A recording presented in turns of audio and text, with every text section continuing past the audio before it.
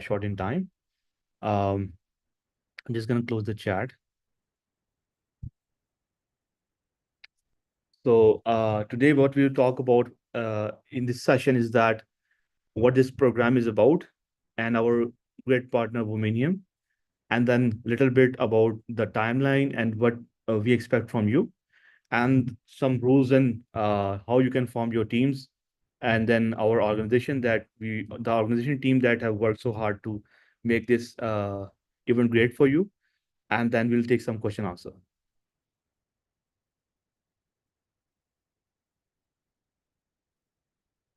I'll invite one of my friends and colleagues, uh, Prachi and Raj, to tell us more about Womanium because it's really exciting. And over to you. Yeah, welcome everyone. Great to have you today. And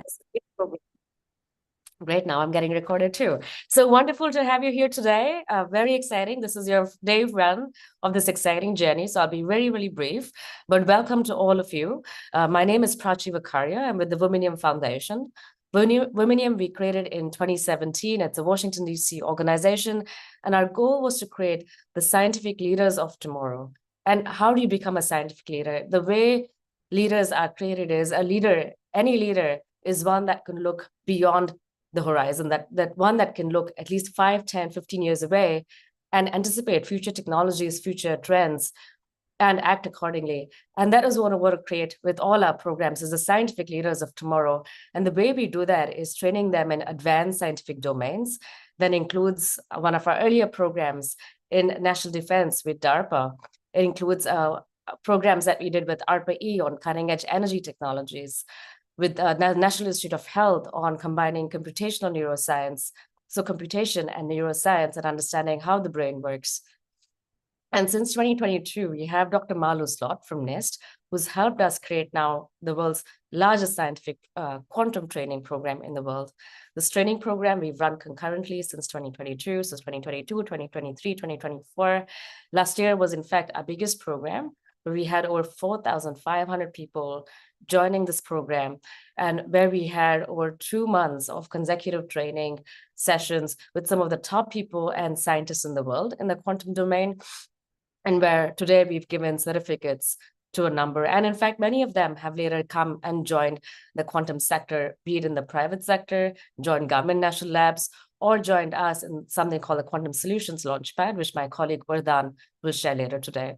So I'm really excited to welcome you all, Vakar, and many of the volunteers who have created this program and this very special program from you come from the Womanium program. Vakar has been with us since 2022. And part of our goal is always to inspire others. You know, how can anyone who comes to the Womanium program inspire and be a model for others?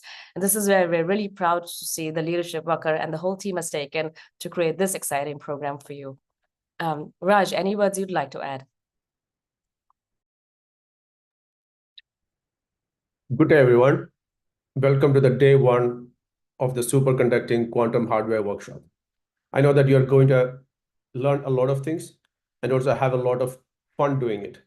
And to add a little bit with the Womanium is based out of Washington, D.C., the capital of United States. And we work exclusively with the US government agencies and labs, exactly as Prachi mentioned, to create the scientific leaders of tomorrow. In that capacity, we have worked with almost all the leading organizations, including the type of organizations that invented the internet, that invented the flat screen on which you're seeing this right now, and many other technologies like GPS, etc. And in the last 3 years, Womanium has been running the world's largest and the most comprehensive training program in quantum computation, including in superconducting quantum computers and many other quantum computing implementation like trapped ion, photonics, NV center, diamond, quantum computing, etc. And the organizers of this program have been participants. So Wakar and many of the other organizers and many of our team members are helping to organize this program. So we are extremely glad and grateful to see many of our participants graduating from our program and going and creating their own program to once again, as the mission of our organization is to create the next generation of scientific leaders. And I'm sure that this team is exemplifying what exactly our mission stands for by becoming the next generation of scientific leaders. So thank you, Wakar. Thank you, organizing team, for making it happen. And I'm sure that many of you participants will also go ahead and make it happen again and again until a day comes when the whole world will be scientifically educated and it will be a better world. Thanks all. Thank you so much, and it's really honored to be a part of Womanium, and we have learned a lot from Womanium. So I recommend everyone to go to the website and learn a lot because it's just the tips of the iceberg. There's a lot going on. You should learn more about that. And next slide. Yeah, and now let me briefly explain about the program and what were we expecting in this 1 month full of quantum and science education program. In the first week, we have expert lectures from different universities and different professors, mainly on superconducting quantum circuits, but in deep with a detailed structure of different aspects of superconducting technologies. In the second week, we have some tutorials, and these are like very interactive and hands-on labs organized by the developers of superconducting tools. And for the next 4 week, we have a design project that you will create your own superconducting quantum circuit. So let me give a brief moment to you to scan the QR code on the screen to reach the time schedule. You can also find the time schedule on Discord or in our website.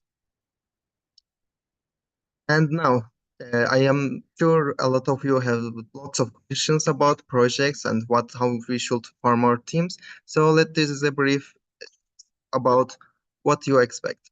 So the project teams should be combined of maximum 5 people, and you can submit multiple projects. And for the team formation, we have a specific timeline from 17th of October to 18th of October, and you will be informed about these dates on Discord, and also you can form your teams on Discord. And what you mainly deal in the project is about the tutorials on the week 2. So I highly recommend that you follow the tutorials on the week 2 closely. And also, I want to mention that we will not tolerate any type of coping, and also we advise you to be kind and have fun throughout the project. Now, as both Raj and Prechi mentioned, it is very crucial to create an ethical and diverse and inclusive in all sense of types education for a new type of technology that is rapidly developing, like quantum technology. And here is our data on diversity, equity, and inclusion for this program. We have more than 750 attendees from 59 countries, and nearly 30% of our attendees are women. Also, we have lots of different professions, and we have a great wide range of age from all of different backgrounds. So thanks you all to attending this program and making it even beautiful.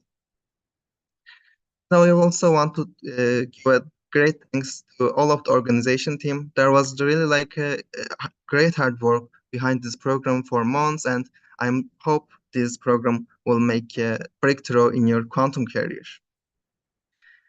So yeah, and for your questions, you can reach out to moderators on Discord, and also you can ask your questions and inquiries in the Discord channel. And now I think, Bakar, we can go for a Q&A session if you have anything to ask about program, and with your questions in Discord channel. Yeah, I'm just gonna open the chat for a bit. If you have any questions, please type those questions. And if your questions are not answered here, you can also reach out to us in the Discord. We are here for you, but just please make sure that we are volunteer and we have typing a lot as we can. So if your answers are not answered in very in very seconds, so just give us a little bit of time and we'll answer all of your questions. And about the emails, I am getting a lot of messages about the people that are not get the email. I will send all the emails that are pending. I've just completed the emails before joining this meeting, and after that, after this first session, I'll go over to the precision data that we have, and I'll send the rest of the people all the emails that they are pending. So I've just opened the chat. If you have any questions, please do let us know. We have some time.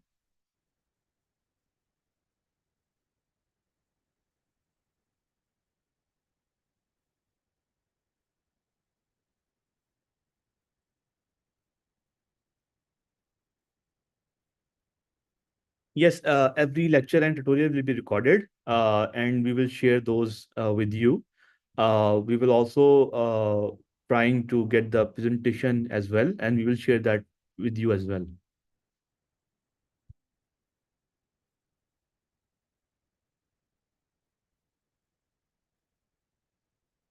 This workshop is designed for beginners and expert, both of them. Like you are getting a lot of flavors of what the superconducting quantum technology is. Like Karima said, that it's not about just designing your chip. It's also about what material is best for your chip, and what materials that can you do research on those materials as well, right? Right.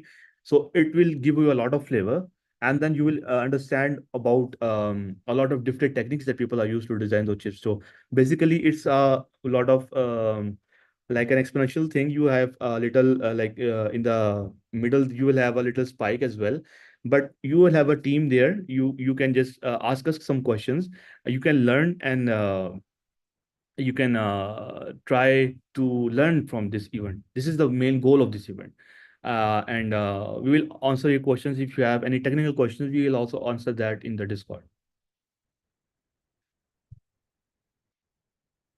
So attendance criteria is that we are watching this session. I mean, if somebody has some important thing to do, like going to the class or anything, they can skip the live session. They can watch the recordings. But it's really encouraged if you attend it on live session. The lectures are mixed because like we said, that we have people that are expert in material sciences. We have people that are expert in other sort of things like designing those chips. So it will be on coding, it will be on theoretical side, it will be on experimental sides, all of things that we will discuss related to the quantum technology that is related to superconducting quantum qubits. Uh, Qiskit knowledge is not necessary. Quantum mechanics knowledge is a plus sign, but like I said, a lot of speakers will try to give you a lecture, a flavor of their research they're doing, and you will learn from that as well. If you are not familiar with quantum mechanics, it's okay. You will learn a lot. Rasif, we will share some resources. Of course, we have some resources, and we will share that with you on Discord.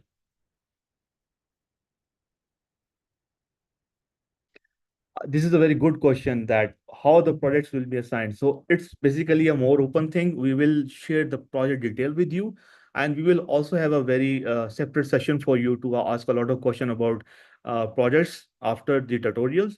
And there you can ask a lot of questions, that how you can select those projects. Basically, it's like more like a open choice for you.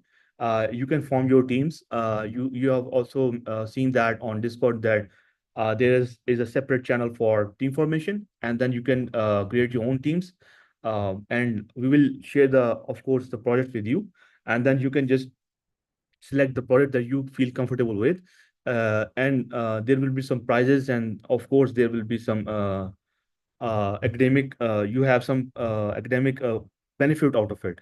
That is what we want to do. Is not like you have spent a lot of time on will spend a lot of time on your project, so it should result on something, right? And the best thing for the students to publish those results in a very good journal. So we are engaged with the professors and other people that we think that can help you out with that. So you will get a chance on that front as well.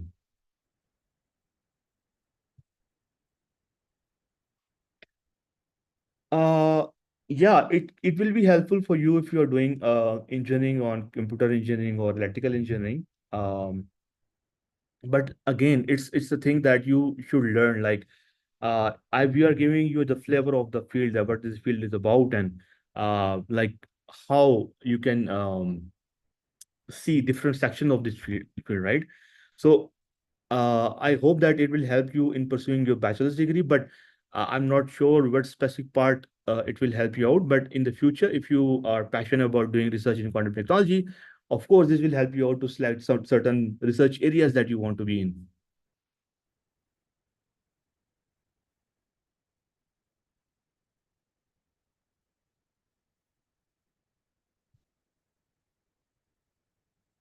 for now, yes, our main task would be to design it and simulate it using the codes, right? Because this is a virtual program, we cannot provide you with the facility of fabricating those chips. Uh, but like like I said, that you will getting a lot of flavor. So there will be experts here who will tell you about all about the fabrication sides as well. So even in your graduation or even in your PhDs and postdocs, you can actually do that in certain labs.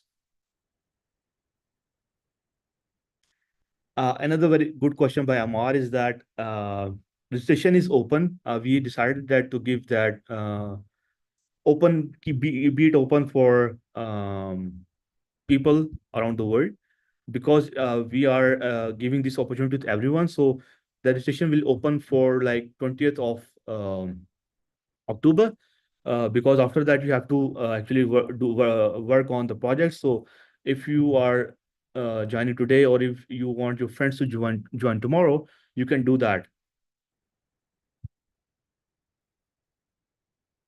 The session length will be each lecture is 1 hour long, for 45 minutes for the lecture and 15 minutes for Q&A. And please use that live question uh, channel that you see in the Discord for Q&A, because we will be looking on those channels for your Q&A.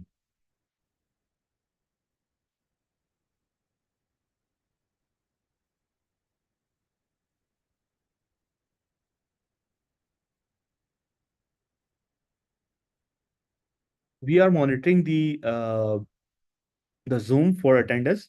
So you can we can see who has joined. But it's not like really compulsory for you to be here, but it's encouraged that you join this session live to have this opportunity to ask questions to the speakers that have put a lot of effort and given us a lot of time of their time to give us really amazing lectures, right? So this is an opportunity for you to ask the questions to them. But if you are busy to some important things, like if you have a class, or if you have other things to do, like having an exam or things, so you can skip the live session. We will share the recordings and you can watch the recording as well. But again, it's highly encouraged to participate on live sessions.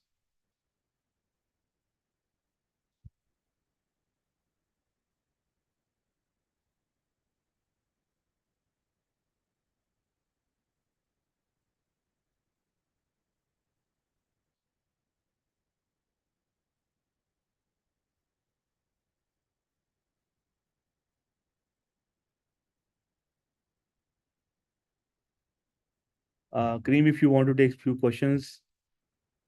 Yeah, sure.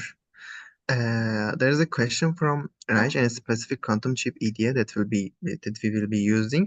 Raj, you can see all the tools and ideas in website for uh, in week 2 that we will give some tutorials on. Also, Sudikin has a question on the effect of this program on Earth observation with quantum computing.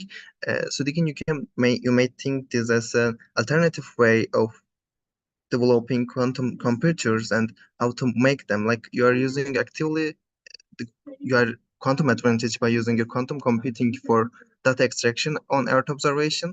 But with this program, you also you'll gain experience on how these quantum computers are developed and how they are used in Earth observation data. Also, as Wakar said, it is a completely new field. Maybe it can be a completely new field for you. So it is also a good opportunity to dive in those new fields and evaluate the opportunities for your future career. Professor Driven is here, so I think we should Yeah, cordially invite him and start the session. yeah. Welcome, Professor Steven. And let me briefly introduce him for our first lecture. Professor Stephen Gervin is a Sterling Professor of Physics at Yale University, and he is a pioneer figure in the development of circuit quantum electrodynamics, a foundational architecture for quantum computing using superconducting circuits. He has held prominent leadership roles, including as Yale's Deputy Provost for Research and he's also founding director of Co-Design Center for Quantum Advantage. A member of both the Royal Swedish Academy of Science and the US National Academy of Science, Professor Gerwin has received numerous accolades, including the 2007 Oliver Shockley Prize for his work on the fractional quantum Hall effect. It is my great honor to invite him for his talk on dual-resonator qubits. Welcome, Professor Steven. Thank you. Can you hear me okay? Yeah, Yes, your sir. voice is perfect. Okay, let me try to share my screen here. Slide deck.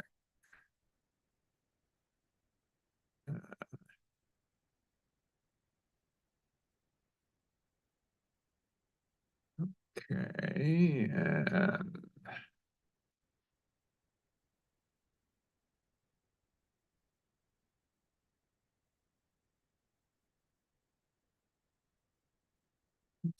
no, it's not what I want.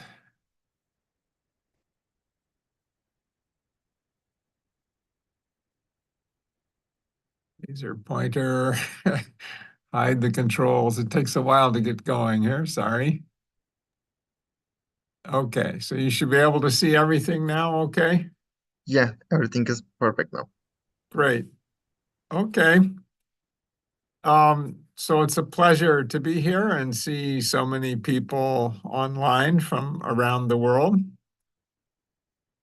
So I'm going to be talking about a sort of novel type of qubit, which we call a dual resonator qubit, or sometimes dual rail qubit. And I'll explain what they are and how they work. I'll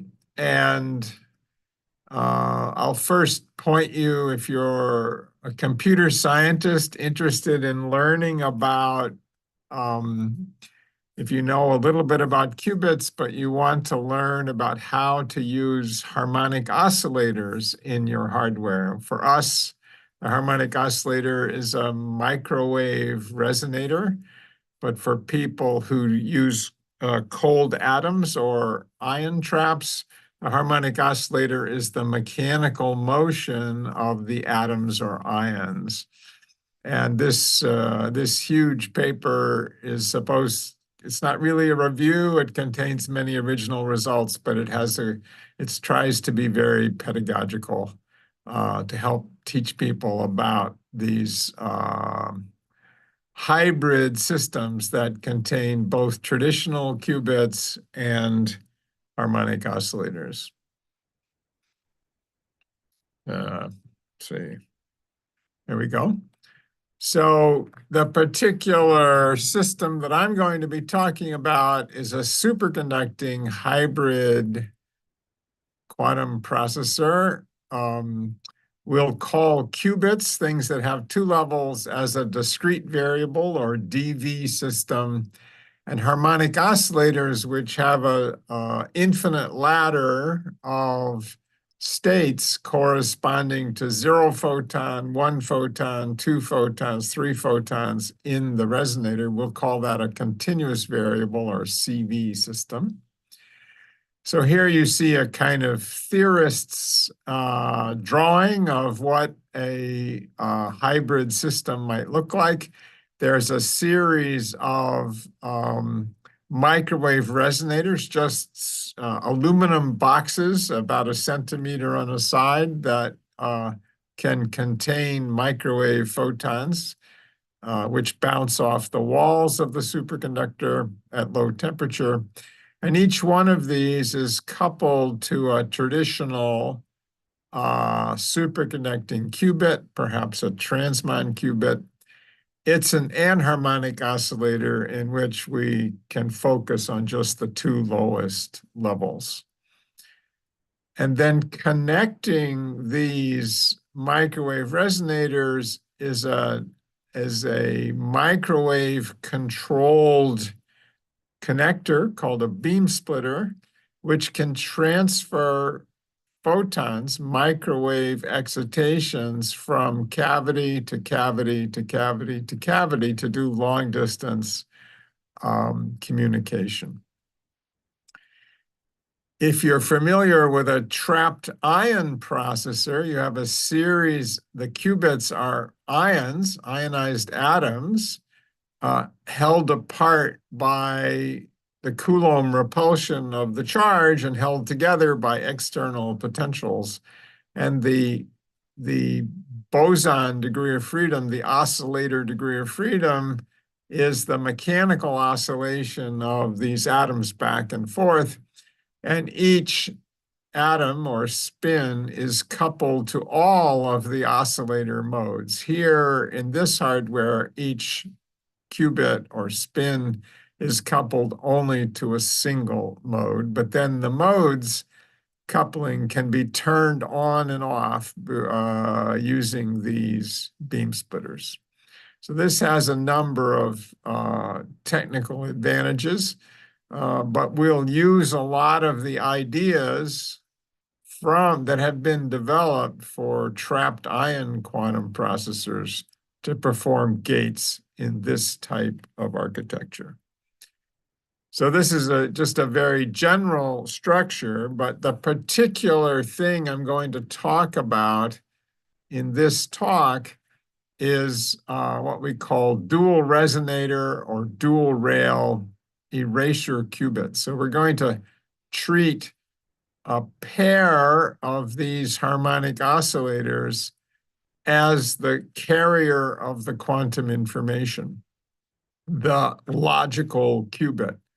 And the ordinary things that we usually call qubits, like a superconducting transmon qubit, they will just be there to help us control the photon states in these boxes. And the logical state of our qubit is going to be, there's going to be one photon, one excitation in each pair of boxes. And if the photon is here, it's logical 0. And if the photon is here, it's logical 1. And if it's in a superposition, if it's sort of in two places at once, that will be logical X or logical Y state. So, and the reason we want to develop this dual rail system is for error correction. The grand challenge in our field, people are building large quantum computers, but they have lots and lots of errors, and we have to solve the quantum error correction problem. So imagine that you have, let's say, a transmon qubit. It has states that we call ground, excited, F, H, I, like that, or 0 and 1. And this is the code space. It's the span of 0 and 1. That is, any quantum superposition of 0 and 1 is a legal qubit state. But every two-level system really has other levels. So if you can leak out of the code space and go to some higher space, and that's a particularly dangerous kind of error. And the dual rail qubit that I'm going to talk about is designed to detect that type of error and allow you to correct it. So what kind of errors are there? Well, you can be in the code space and have an error, for example, a Pauli error, a bit flip that changes 0 to 1 or 1 to 0. That's represented by this Pauli matrix X. Or the phase of this superposition can be incorrect. That's a phase flip or a Pauli Z error. You can also have amplitude damping. Typically, the excited state has more energy than the ground state. And just like an atom with an electron in excited state can spontaneously emit a photon and produce light, so can qubits. In our case, it's microwave light, not visible light.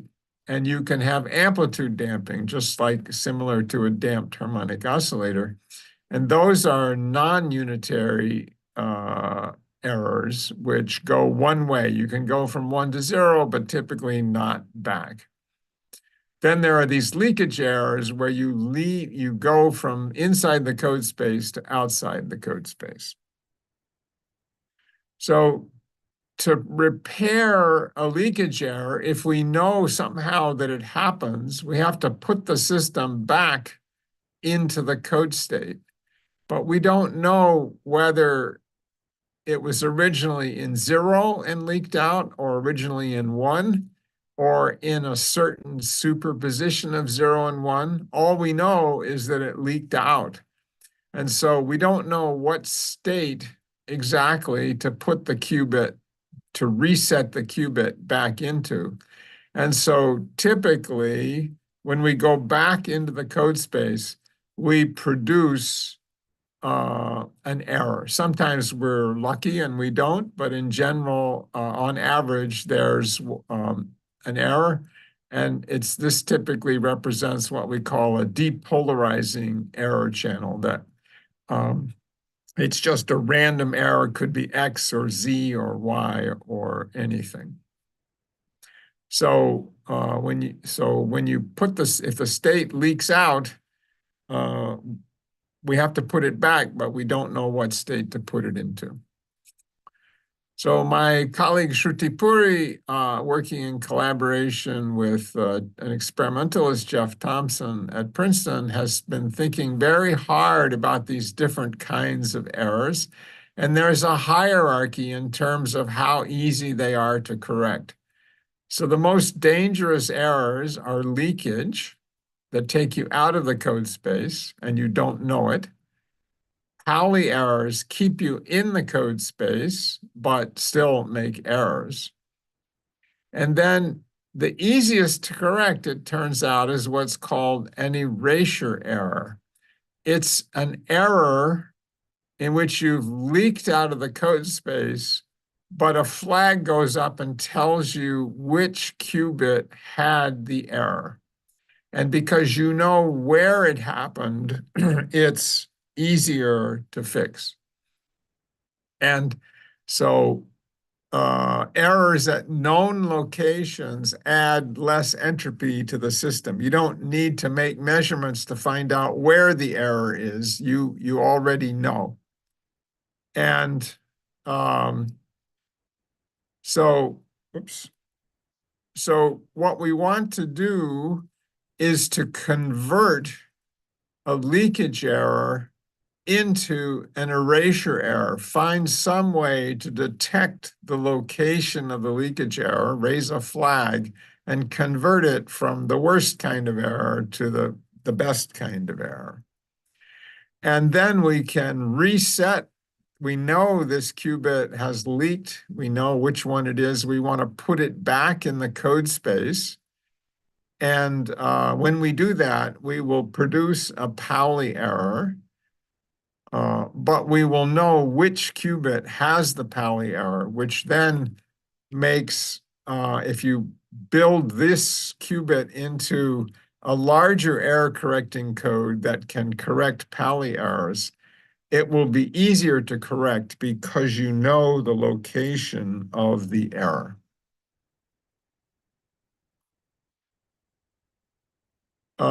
There's a particular kind of erasure error, which is even better, which is even easier to fix. Suppose that, could whoever put that annotation on my screen, erase it, please. If only state 1 is able to leak out of the code space, that's very useful information, because then when we detect the leakage, we can reset back into that state.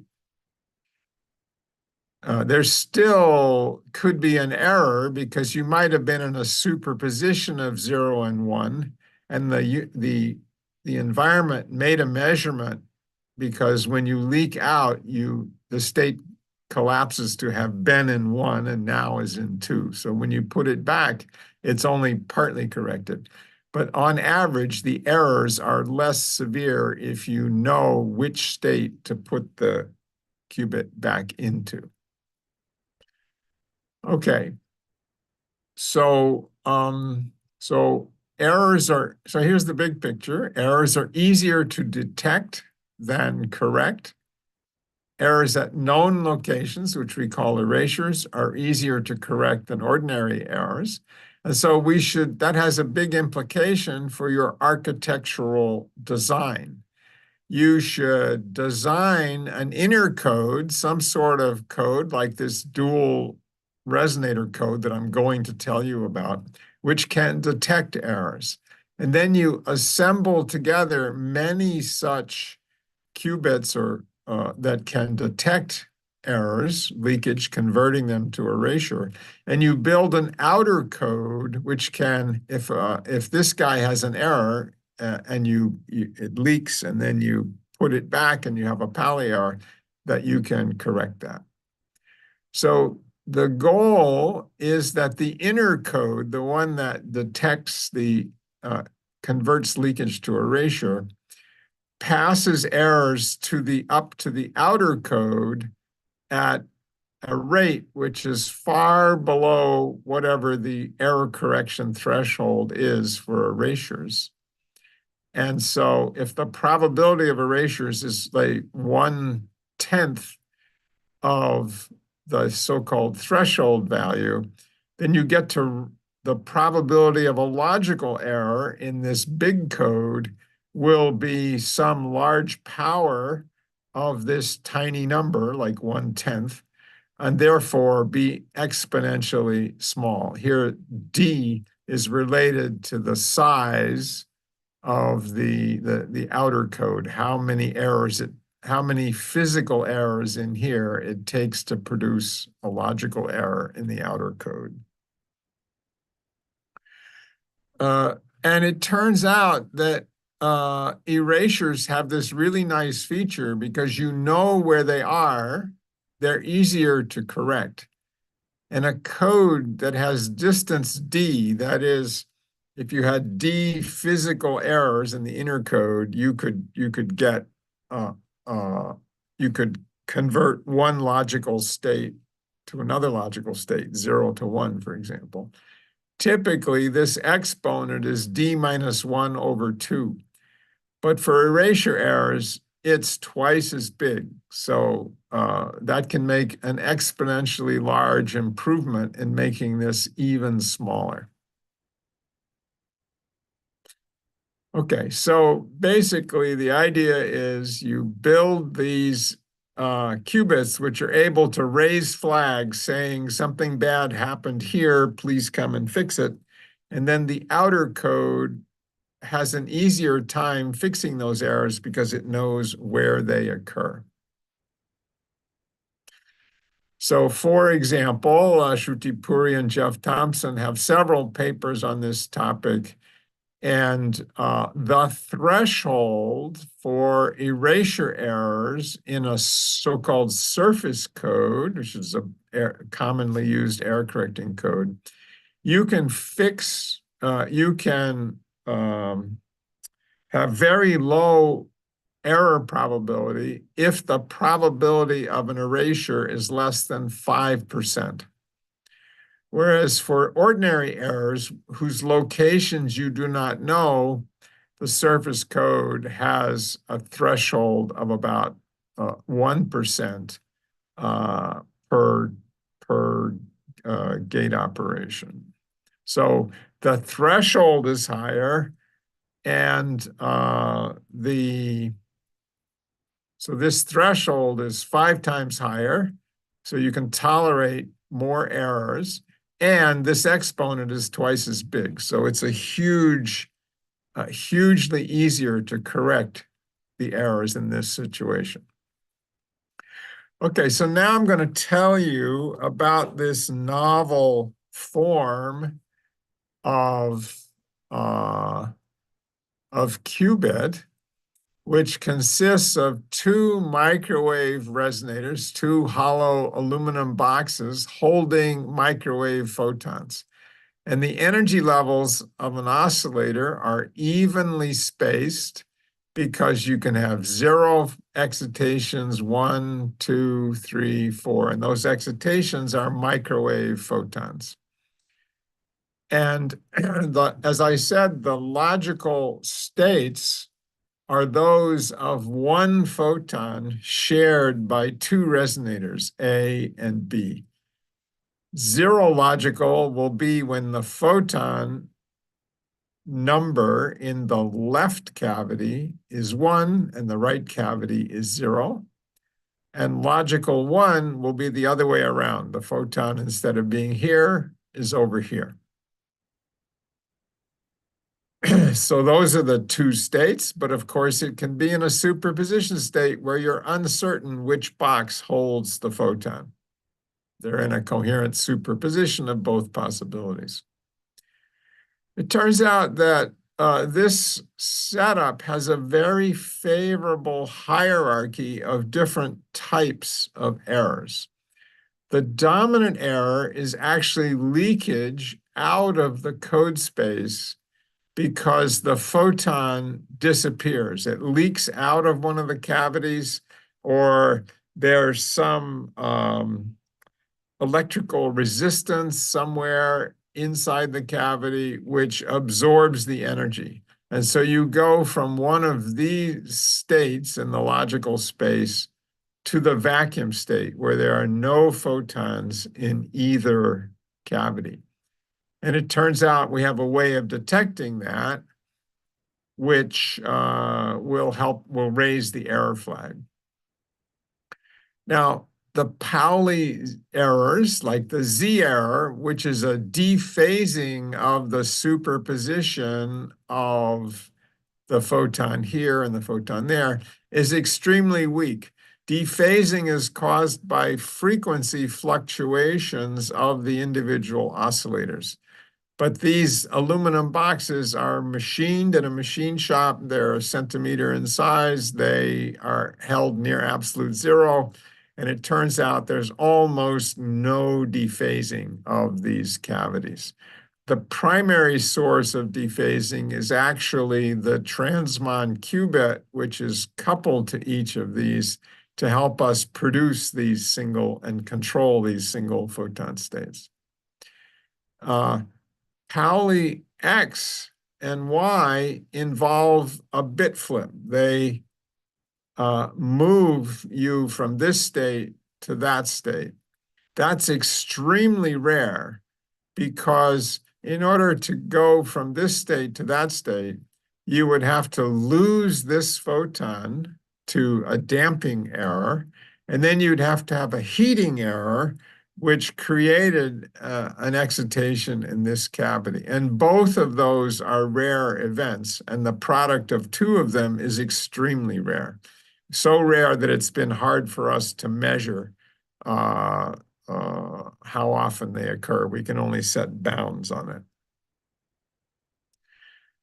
So if you leak out of the code space, this is the dominant error going to the vacuum state. It turns out we have a way, which is a little too complicated to explain here, but we have a way of detecting that. And we use an ancilla transmon qubit to make a measurement of the photon number parity. We have one bit coupled to the cavity, and when you measure that one qubit, it gives you a 0 or a 1, right? One bit of information. So we can't learn the photon number, which might be 0, 1, 2, 3, 4, but we can learn whether the photon number is even or odd. And in this case, it's the total photon number, the number in cavity A plus the number in cavity B. The parity takes on a value of +1 or -1, which we can map onto the 0 and 1 of a qubit and read it out, converting the leakage error to an erasure, because now we know that there's a flag that's gone up. If there is no, it's very important that when you look for this error and there is no error, you do not do any damage to the quantum state. And the parity in the code space, there's a total of one photon. Na plus Nb is 1, so parity should be odd, should be -1.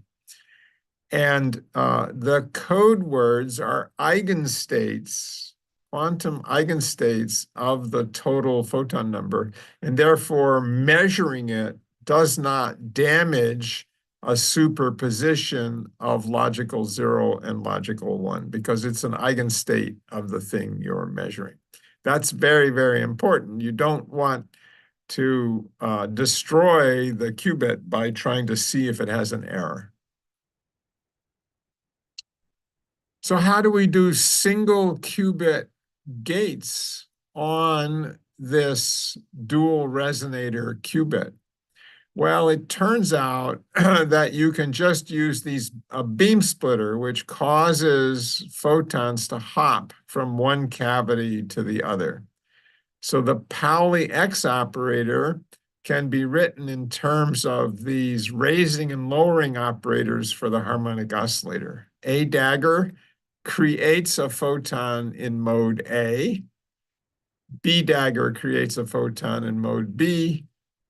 B destroys one, and A destroys one. So this destroys a photon in mode B and creates a photon in mode A. It hops the particle back and forth, changing you from logical 0 to logical 1. So that's the X operator. The Y operator is similar with some minus signs.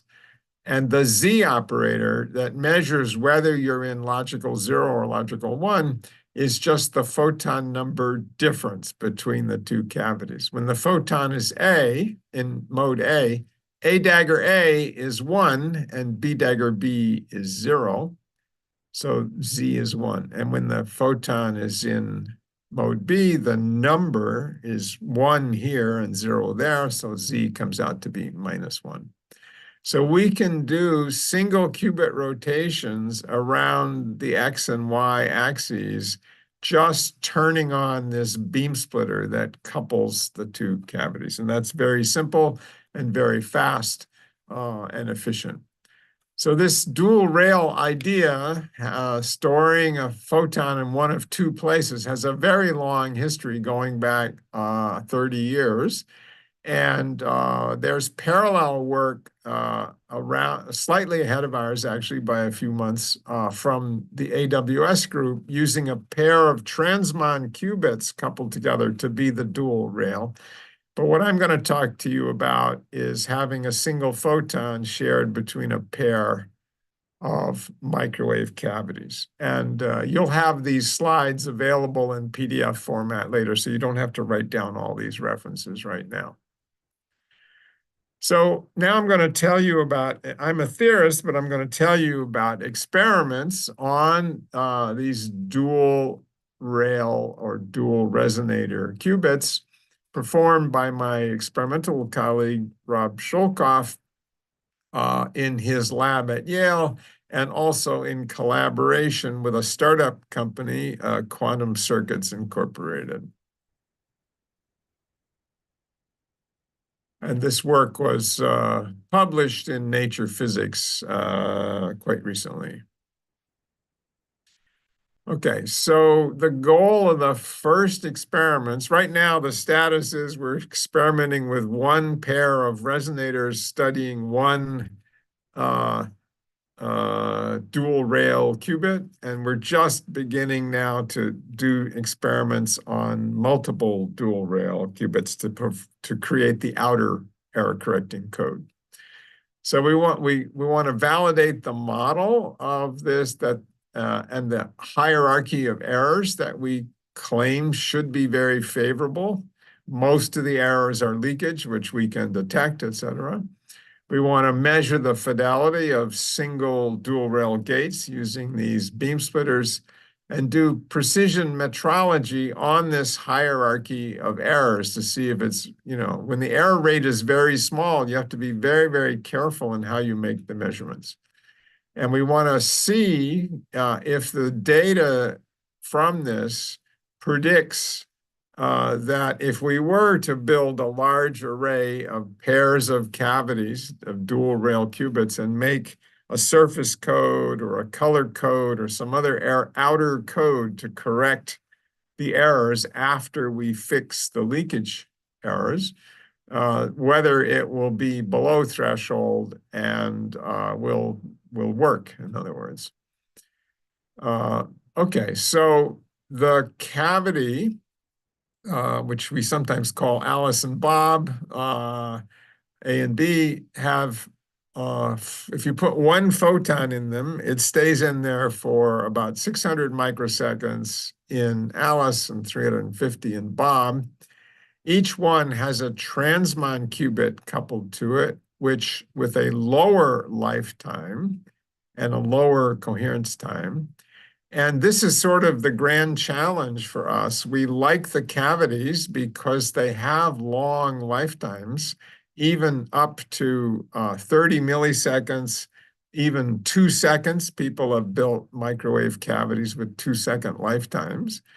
But in order to control them, in order to put a single photon into them and change its state, we need these auxiliary transmons to help us out, and they're not as good. So that's a challenge, an engineering challenge, but it can be done.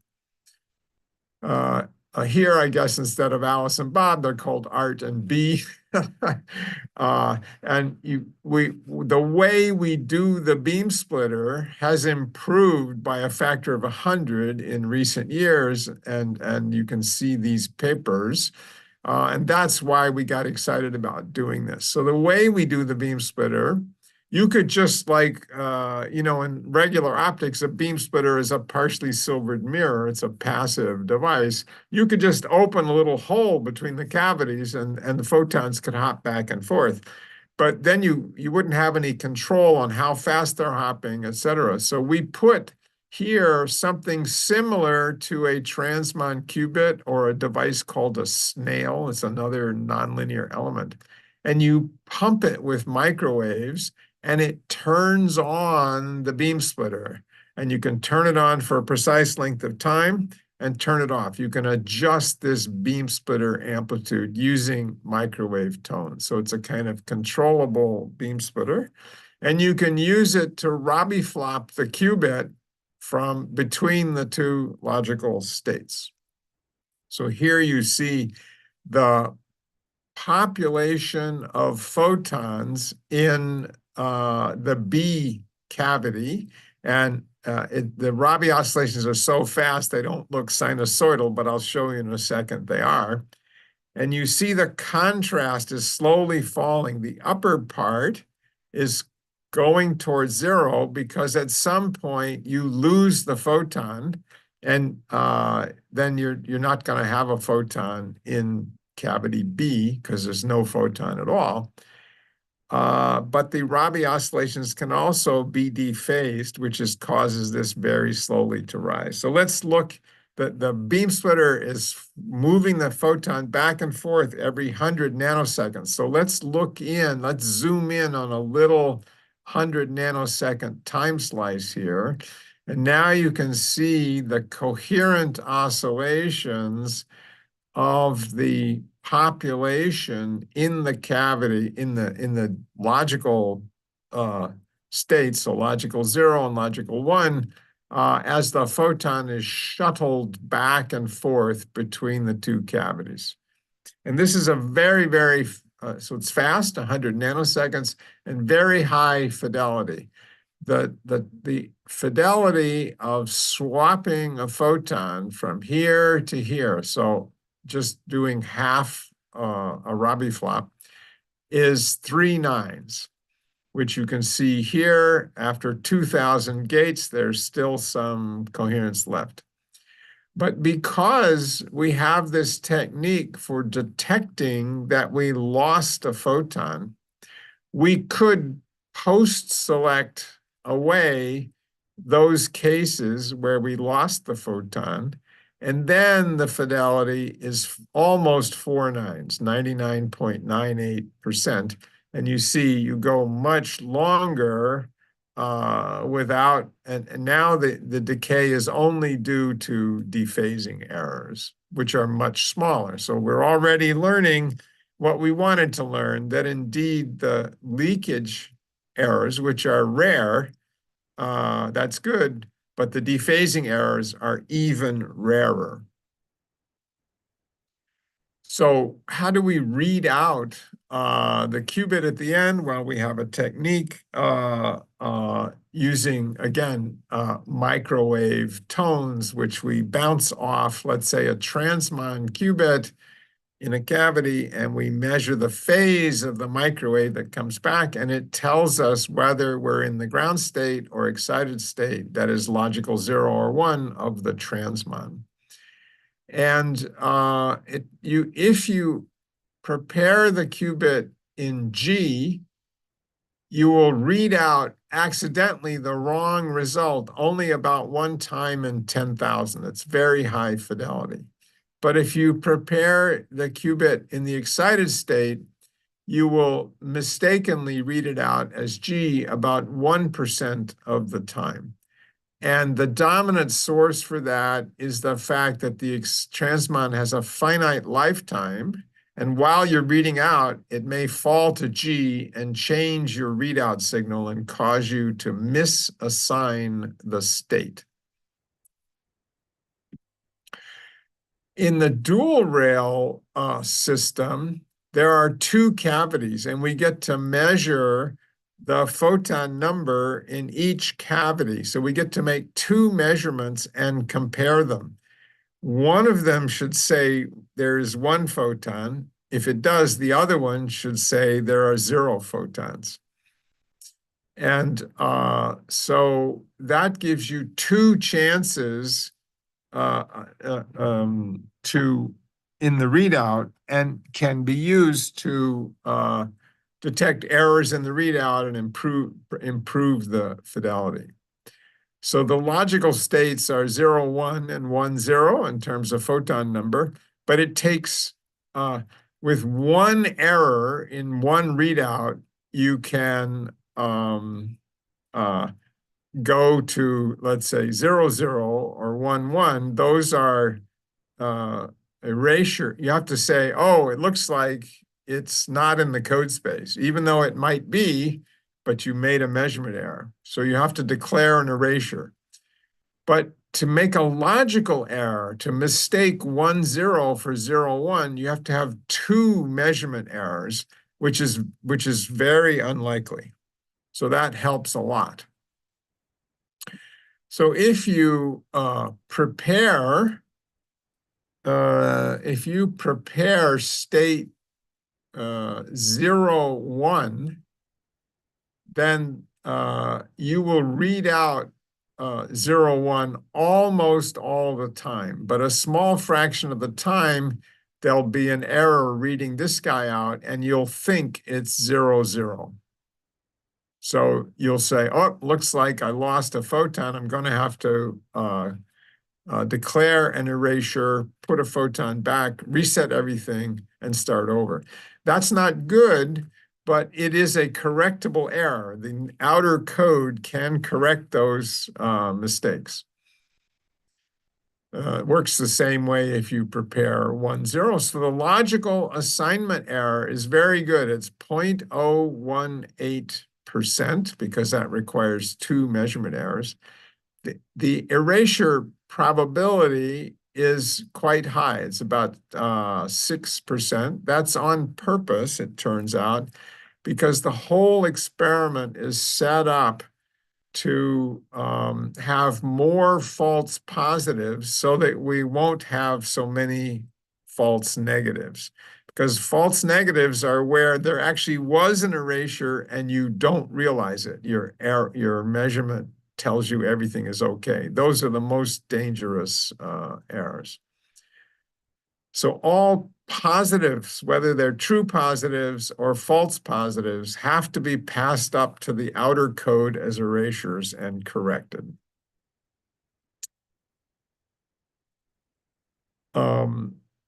So what fraction of the time, if you prepare 0, 0, you almost always measure 0, 0.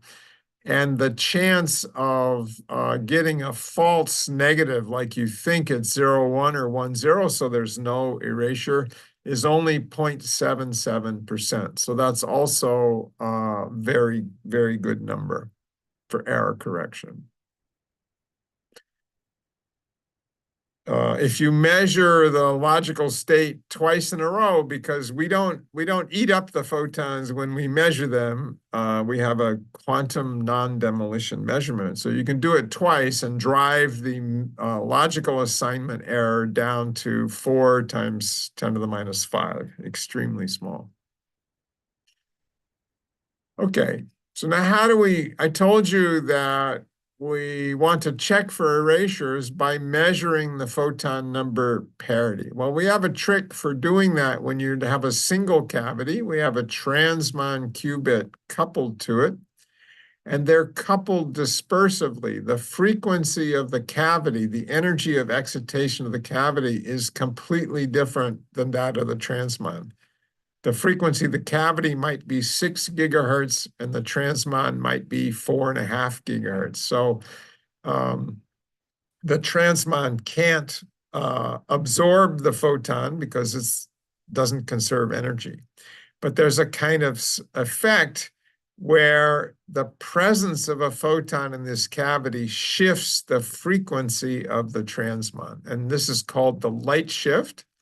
It has a size chi over 2, and then the coefficient in front of z, that tells you the energy splitting of the transmon qubit. It changes by chi each time you add a photon to this cavity. So by using a little phase estimation circuit, you put the transmon in a superposition of 0 and 1, or G and E, using a Hadamard gate. Then you wait a period of time pi divided by chi, and that superposition state of the qubit precesses around the Bloch sphere at a rate determined by how many photons are in the cavity. And if it precesses by an integer multiple of 2 pi, there's an even number of photons. If it precesses by an odd integer multiple of pi, changing its state, then there's an odd number. So we can map the photon number parity onto the state of the qubit and read out the qubit with another resonator. So we just extend that idea to 2 cavities because we want to measure the joint photon number parity. We turn on our beam splitter, so it's swapping the photon. We don't know which cavity has the photon, but we're swapping it back and forth very rapidly. And half the time it's in this cavity, and half the time it's therefore shifting the frequency of the transmon. So if we leave the beam splitter on now for twice as long, 2 pi over chi, we can measure the joint parity of the total photon number in both cavities, non-destructively. Okay. So my colleague Shruti Puri has done a bunch of simulations. Her student Katie Chang has this preprint out where they simulate a surface code made up of many dual resonator qubits, and they find that by doing these erasure checks to convert leakage into erasures and allowing for the fact that they're not perfect, you can have false negatives, which are quite dangerous. They determine that they effectively determine the error rate because the positives can be fixed. You declare an erasure, you fix it, but negatives, if you miss the erasure, propagate errors through the outer code. And so this seems like a big number, 3.7%, but again, the probability of missing an erasure is, first you have to have an erasure, which is very unlikely, and then 96.3%, you have to fail to get it, which is you get to multiply by 0.037. So together, this is 10 to the minus 3, which is very good. And in the end, the theoretically ideal threshold is here, and because of imperfections in the erasure check, Katie predicts that the actual threshold will be only slightly lower at 3.7% erasures per gate. And we believe we can get those to be well below the threshold with further work. For the future, now we have to, if we've got single qubit gates on single dual rail qubit gates, and we've got erasure detection, the only thing we're missing now is 2 qubit gates. So here's one dual rail, here's another dual rail, and we couple together one cavity from each of the 2 dual rails with a beam splitter. And it turns out, well, I won't explain the details, but it turns out we can do an entangling gate, ZZ theta, which is locally equivalent to a controlled NOT or a controlled Z gate. And the prediction on the recipe for how to do that was developed in this paper down here. And those experiments are now just underway and beginning to work, but not yet super high fidelity. And another trick that we use is to use 3 levels of the transmon instead of just the usual 2. We use G and F, the second excited state, as the transmon states. And if you decay to E, that gives you an error flag. So I told you that the transmon qubit is not as good as the microwave cavities in terms of coherence and lifetime. And this is a trick to help flag the errors that these guys have, these leakage errors, converting them to flags on indicating transmon errors. And that, we think, is also an important thing to do as we try to develop a fully fault-tolerant quantum computer.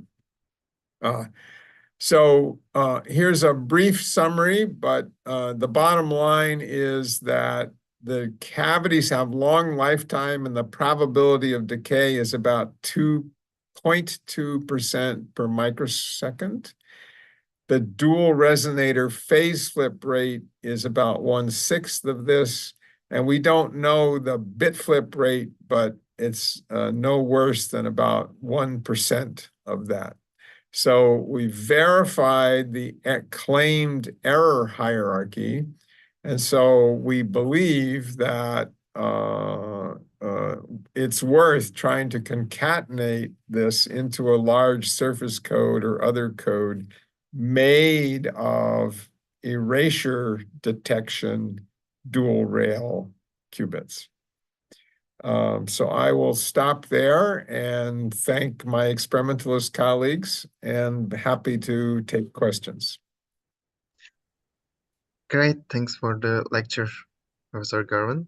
So let me directly start with questions, if you wish. There is a question from Zohair, and it says, as far as I am aware, erasure errors in natural atoms are detected as one state. How does this differ with superconducting qubits? So in natural atoms, there are different kinds of errors. There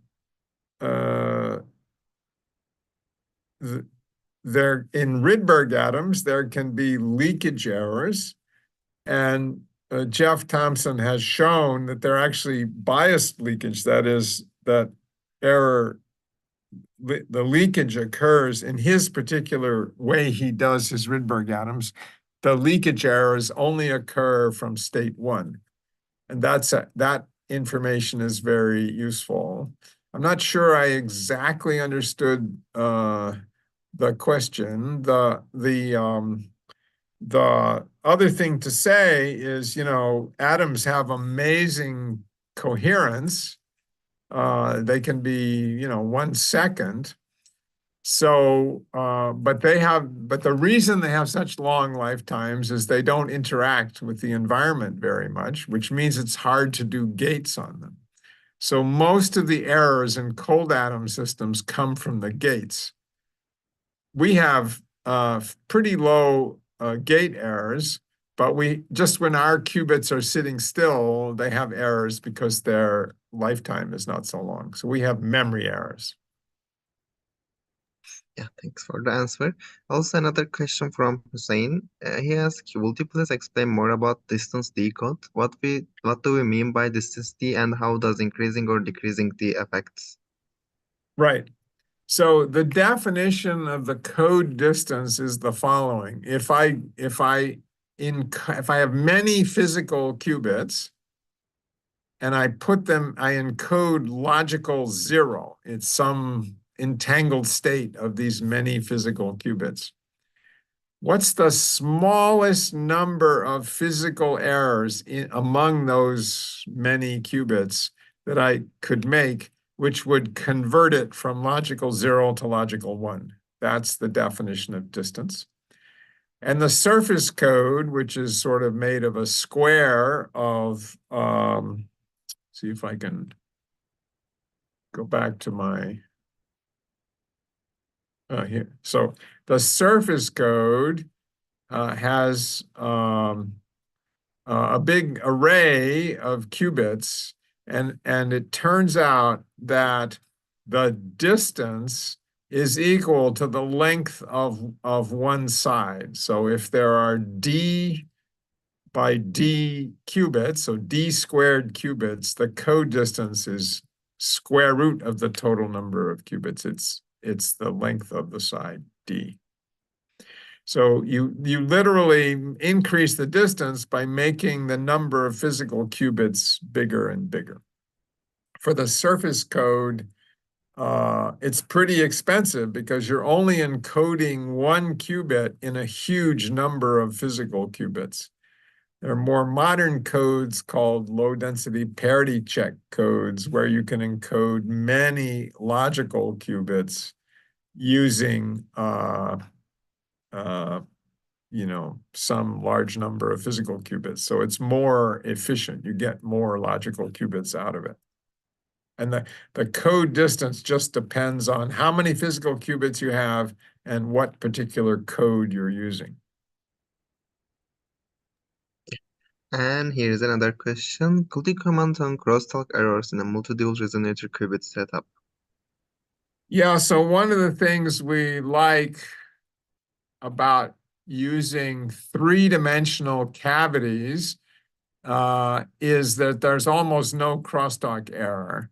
That this synthetic atom, this transmon qubit, is in a little metal tunnel connected to this cavity and none others. And the beam splitters can be turned on and off with a huge on-off ratio. So there's very little crosstalk. In an ion trap, every atom is coupled to every mode, and you can get crosstalk. You can also make, instead of three-dimensional resonators, you can make a superconducting circuit where the resonators are little pieces of wire, coplanar waveguide resonators, on the surface of an insulating chip. And there, the electric fields from one object, a transmon or a resonator, it can spread out in 3 dimensions all over the chip. And so it's much more difficult to avoid crosstalk in those 2-dimensional setups. But it can be done, but you have to pay very close attention to it. It's much easier with these 3-dimensional cavities that have cables hooked up to them that really talk only to that one cavity. Okay, thanks for the answer. Another question from Frederick is, if the microwave oscillators are harmonic, what prevents the photon states from entering state 2, and higher states? Excellent question. So if you have a harmonic oscillator and every transition from 0 to 1, 1 to 2, 2 to 3, they all have the same frequency.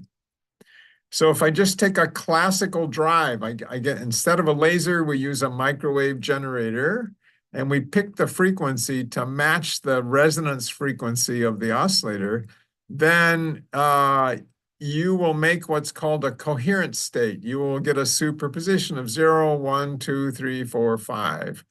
And that's all you can make. So in order to make a Fock state, for example, just go from 0 to 1, but no higher, which I need to do for this dual rail encoding, I must have something anharmonic, something with uneven level spacing. And for us, it's the transmon qubit that we attach here. So when the level spacing is uneven, you can drive a transition from 0 to 1, but the transition from 1 to 2 has a different frequency, so it doesn't happen. So we can put one excitation in the transmon, and then we can transfer it into the cavity, giving us a Fock state. So in order to with classical control, you can control a qubit, you can rotate it around the Bloch sphere with classical microwave pulses and have quantum control. You can make superpositions of qubit states. But for an oscillator with classical drives, you do not have universal control. You need to have an auxiliary controller like this to avoid the problem that you mentioned. Okay. Another question from Abhijit, and it asks, how is the coupling done between the transmon qubit and the photon in the microwave cavity? So the transmon qubit is a little antenna, two halves of an antenna coupled together by a Josephson junction that lets Cooper pairs, superconducting pairs of electrons tunnel back and forth and be the excitations in the transmon.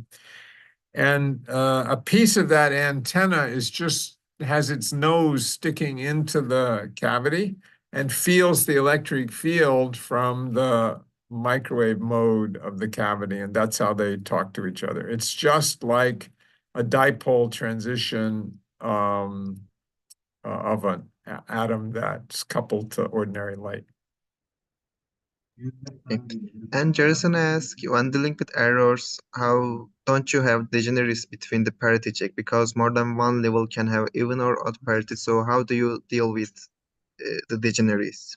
Okay, good. So provided you're in the code space, okay, good. It's a good question. So you could be in 0, 1 or 1, 0. That'll have odd parity. But of course, you could be in 2, 1 or 5, 0, and that would also have odd parity. So we're making an assumption that those don't happen. Because we can't tell the difference by only measuring the parity. And it turns out it's very unlikely that those things happen. The most likely thing that happens is that 1, 0 turns into 0, 0 because you lose the photon.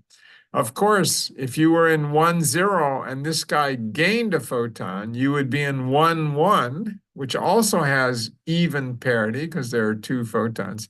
And you cannot tell the difference. You're right. There's a degeneracy. We have only one bit of information, the parity. That's not enough to say exactly what happened.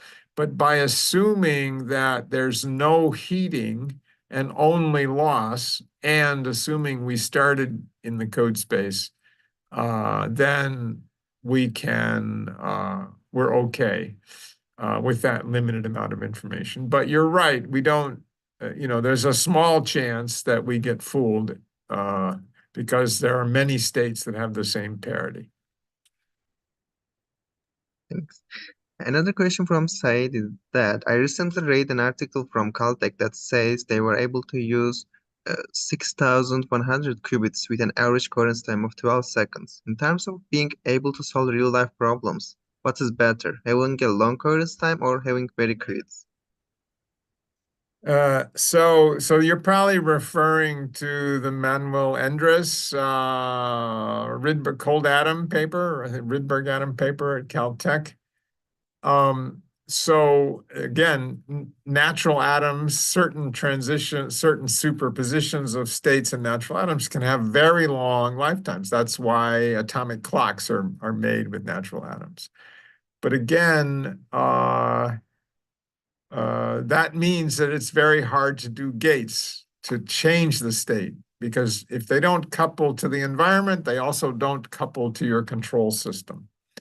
So the engineering challenge is to have large numbers of qubits with very long lifetimes, and still we can turn on strong interactions with our measurement apparatus or between qubits in order to do gates, and then turn them off and have them be very isolated again. So we need both large numbers of qubits and long lifetimes and fast gates. So, different platforms are, good on one or two of those, but not three. And superconducting qubits are in a different corner of the parameter space than atoms. And we would love to have much longer lifetimes, but we don't want to give up our ability to do fast control. So it's really unclear at this point what technology is going to be the best. Certainly cold atoms using Rydberg excitations to do the gates have made tremendous progress in the last few years, and it's certainly suddenly become a strong competitor to superconducting qubits. But it's still unclear, their gate operations are extremely slow.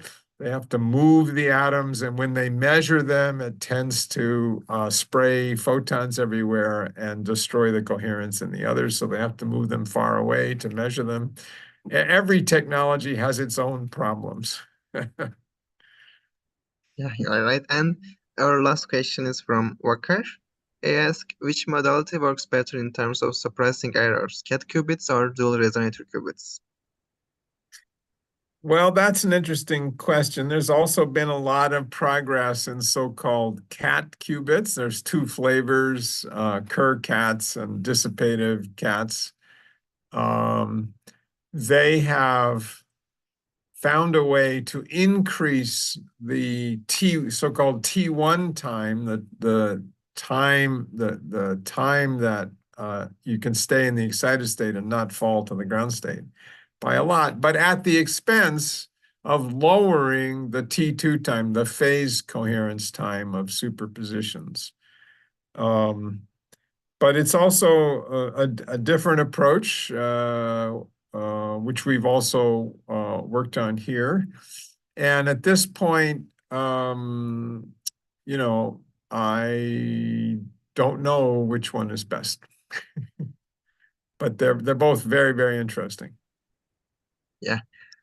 Professor Stephen Gervin, thanks for this informative and very exciting lecture. I think we have come to the end of the session. And again, thanks from all the organizers to you. Thank you, guys, and thank all the students for the excellent questions. Bye-bye. See you. And now we are continuing with our second lecture, Professor Alex Ryuchao Ma. Let me briefly introduce him. Prof. Alex Ryuchao Ma is an assistant professor of physics at Purdue University, specializing in superconducting circuits for many-body physics and quantum information science. Professor Ma has held postdoctoral positions at Harvard and the University of Chicago and has received numerous awards, including National Science Foundation Career Award.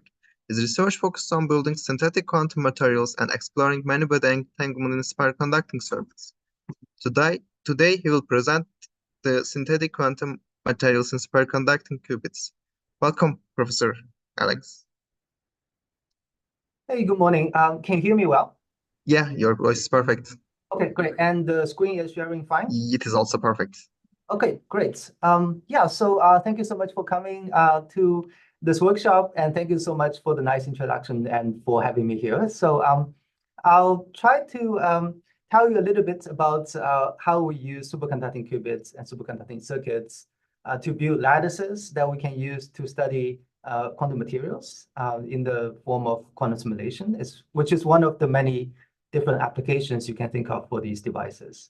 And I know many of you have a design challenge coming up, so I hope some of the examples that I give here would also give you some food for thought as you go along in this workshop. Okay, so I'll give you a gentle introduction to what quantum simulation is and how does that work in the context of superconducting circuits. I'll give you a few quick examples, as I mentioned, of how we can build interesting physical models using arrays of qubits or resonators. I will then dive a little bit more into detail in how to use use superconducting qubit arrays to build interacting lattice models. You already saw some of these lattice type, figures from Professor Steve Gorin's talk. And then finally, I will also show you, once you have built such devices, interesting models, how do you think of different ways to control and probe the quantum physics that can happen in these systems? Okay, so let me motivate from maybe a slightly different angle from, for example, quantum computing. So here, the motivation is that it is a grand challenge in modern physics to understand strongly correlated quantum materials or strongly correlated quantum systems in general. These are materials that have non-classical correlations and exotic properties as a result of the interplay between quantum interactions, fluctuations, and, for example, topology. And these materials are not just the physics curiosity, they also have many technological relevance. For example, superconductors and superconductivity can definitely be relevant for energy transfer. You have various types of quantum magnetic materials that can be used for data storage and spintronics, for example. They are also, of course, relevant for quantum information processing, including quantum computing, communication, and other things. And many of these materials are also highly relevant for understanding biological and chemical processes that happen in the nature. Now, it turns out many of these quantum materials, people have come up with pretty simple models that we believe captures the essential physics. But despite these models mathematically being very simple, they're extremely hard to calculate on a classical computer. And that's because if you think of a collection of classical magnets or spins, and think about a particular state that these magnets are in, you only need n number of bits to describe the states, where n is the number of spins or magnets. Each spin is either up or down, which can be encoded as 0 or 1, which is one spin. The situation is drastically different if you have a quantum material that has a collection of quantum spins. So now you can see each spin can be up or down. So there are 2 to the n different configurations. But because of quantum superposition, a single quantum state would require 2 to the n parameters to fully specify, because a single quantum state can be in the superposition of all of these configurations. And the superposition of this n is what really makes a difference. So it is these kind of highly entangled states that exists in these strongly correlated many-body materials and give rise to these exotic properties. And for understanding these highly entangled states, you need exponential resources on the classical computer, which is oftentimes just completely intractable. Sometimes people want to make this connection. So, for example, we take one of the current most powerful classical supercomputers, the Summit at Oak Ridge National Lab in the States. And there are some numbers But let's just focus on, for example, the sheer amount of storage that this supercomputer has. So it has about 250 petabytes of storage, which if we convert it to exponential in terms of 2, it's about 2 to the 50. So in this kind of brute force way, if you were to write down the quantum mechanical states of a system with about 60 quantum spins, you will no longer be able to fit it in the storage of even the most powerful supercomputers today. And to make things even worse, remember this exponential scaling, 2 to the n, which means even to add one more spin to this system would require you to double the required classical resources. And we believe that there are only about 2 to the 300 protons and neutrons in the universe, just to help illustrate how difficult these quantum mechanical problems are. Now, of course, this naive way of encoding everything in bits on a classical computer is probably not the most efficient. Indeed, very early on, Richard Feynman came up with this idea to say that if we want to understand a complicated quantum mechanical system in nature, what better way than to simulate it on another quantum system, a system that's well engineered, that we built in the lab, that's coherent and clean, that can have dynamical tunability over many of its parameters, and that's also easy to control and detect. So this is the idea of quantum simulation or quantum simulators. And often nowadays, in the context of understanding quantum materials, people refer to these engineered quantum systems as synthetic quantum matter. So these are synthetic, custom-built materials that allows you to understand, for example, real materials that are out there in the world. They can also be used to model other types of physics or other types of applications. And one of the key points is that even though these are called simulators, they are not just there to simulate existing materials or existing models. With these systems, we can go to parameter regimes that are not yet possible in nature, which might, for example, guide us in developing new materials or new many-body systems that can have interesting and important quantum technological applications. Some of you already asked before, and as many of you know, there are many competing or complementary experimental platforms for building these quantum technologies, or quantum simulators in this case, algebraic atoms, trapped ions, photonics, different types of solid-state systems, these are probably some of the leading platforms. And in this talk, I will be focusing on primarily superconducting qubits. And for those of you that are less familiar maybe with this simulation terminology, I just want to quickly bring up one example in classical computing, which is the example of wind tunnels. Nowadays, there are many finite elements solvers or simulation software they can use, for example, to simulate the fluid dynamics surrounding that of an airplane. But very early on, people have built these analog simulators in the form of wind tunnels, where people can build smaller scale aircrafts and then actually directly visualize the airflow surrounding these airplanes. And wind tunnels are still being built and used nowadays because they are a very efficient and powerful way to simulate a specific type of problem, in this case, of fluid dynamics. So you can think of these quantum simulators really as special purpose-built, single-purpose or narrow-purpose quantum computers. And they might be one of the first applications before we can build a generic or general-purpose quantum computer.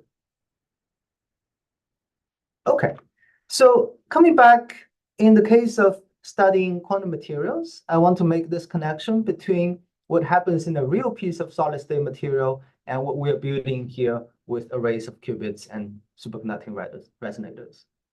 On the left-hand side, you have real materials in a piece of solid, for example, where you have electrons moving around and interacting in a ionic lattice. When we build quantum simulators, we want a physical system that mimics such systems and are mathematically equivalent in some way. So you could think of, for example, building quantum simulators with ultra-cold atoms, where instead of electrons, you have laser-cooled atoms that are moving around and interacting now in the lattice formed by standing wave lights, by laser lights. And in this talk, I will focus on how we build quantum simulators using arrays of superconducting qubits or microwave resonators as the lattice, and the particles that are moving in this lattice are now individual microwave photons, which are excitations in these circuits. Okay, let me now give you a few quick examples without diving into the details of the types of lattices that people have built in superconducting circuits. And think of these lattices as mimicking, for example, some lattice structure in different materials, or as a way to encode models that are of relevance in quantum many-body physics. This is one of the early examples. This is more than a decade old, when people first started developing these superconducting qubits, and we immediately thought of using them for quantum simulation. Here you can see a large lattice built from a coupled microwave resonators, and the resonators are arranged in a way so that the resulting lattice is in the Kagome lattice. There are many materials that have this lattice structure that are relevant for superconductivity and also for quantum magnetism. You can see a little bit that each of the lattice sites is just one coplanar waveguide, so a resonator. So this is you can think of this as a coaxial cable in 2D that's cut into a particular length, and you have standing waves in this length, and we use the lowest frequency standing wave modes as the excitation frequency for these microwave photons. Over here, you can see how these lattice sites or the resonators are coupled. This is where 3 of them join. And between each of them, you have this dark line, which is actually a gap in the metal, which forms a parallel plate capacitor. This allows the microwave photon to tunnel from one lattice site to another.